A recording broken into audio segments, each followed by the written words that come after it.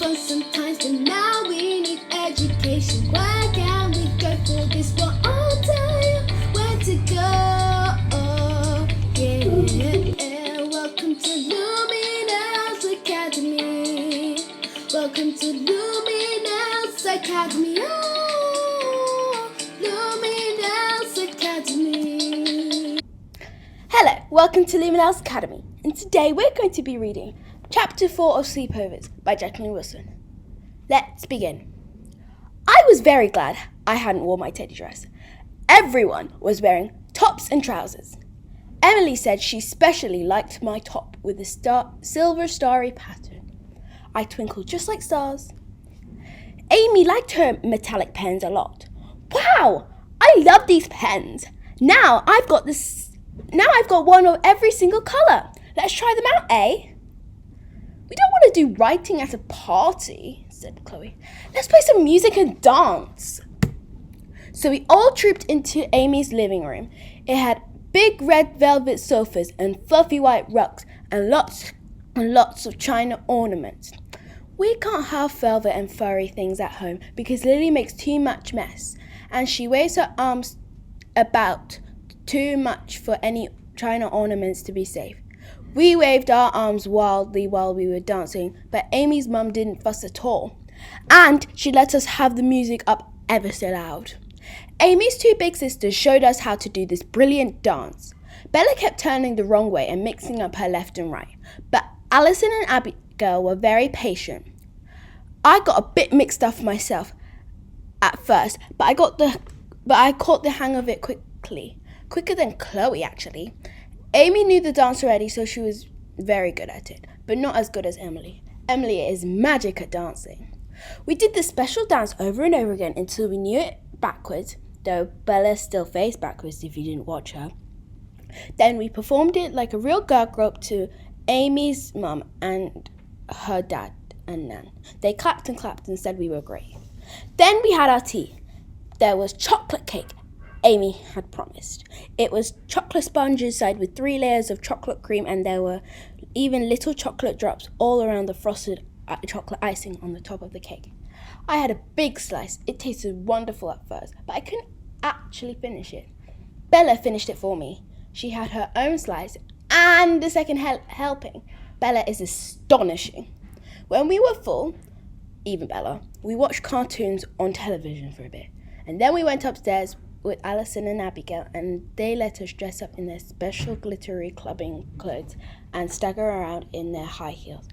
We looked wonderful, almost grown up. Amy is so lucky having big sisters like Alison and Abigail. Abigail is only 3 years older than Lily. I imagined what it would be like if Lily's brain hadn't been damaged and she could dress me up in cool clothes and teach me dances. I felt a little bit sad, but then we watched some more funny shows on television. Amy can get ever so many different channels, and I cheered up. I felt especially pleased that when we all sat together on the beautiful red velvet sofa, I was in the middle, with Amy on the side and Emily on the other.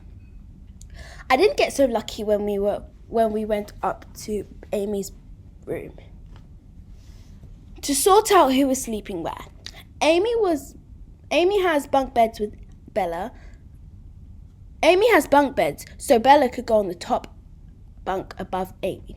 Amy's mum had made up a mattress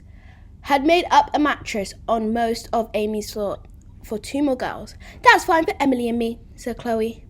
It's a very big mattress, said Emily. I'm sure there's heaps of room for Daisy. No, it'll be too much of a squash, said Chloe firmly. Daisy better have that camp bed thing in the corner. So I had to make do with the camp bed. It didn't really matter at first because we didn't get into bed for hours after we got into our pajamas. We played trampolines on the mattress and we sang along to tapes on Amy's cassette recorder and painted our nails all different colours with Alison and Abigail's old nail varnishes. Amy's mum put her head round the door at 10 o'clock and said she thought we should start settling down. We didn't settle down for ages and ages. After we'd all gone to the bathroom together and cleaned our teeth and squirted each other with Amy's Amy's dad's for shaving foam, Bella said she felt a bit peckish. Amy ran down to the kitchen and came back with a bag of crisps and the remains of the chocolate cake. We nibbled crisp and ate baby slices of cake as if we were sitting up properly at a tea table. But then we started messing around, scraping icing off the top of the cake with our fingers and seeing how many crisps we can put in our mouths all at once. Bella made herself a chocolate crisp sandwich. She said it tasted totally delicious. She wanted us all to try a bite, but I decided not to. Emily had a big bite to please Bella, and then went very, very quiet. "What's up with you, Emily?" said Chloe. "You're not sleepy already, are you?" "No, I just feel a bit sick," said Emily in a tiny voice. "Yuck! I'm not sure I want to share a mattress with you now.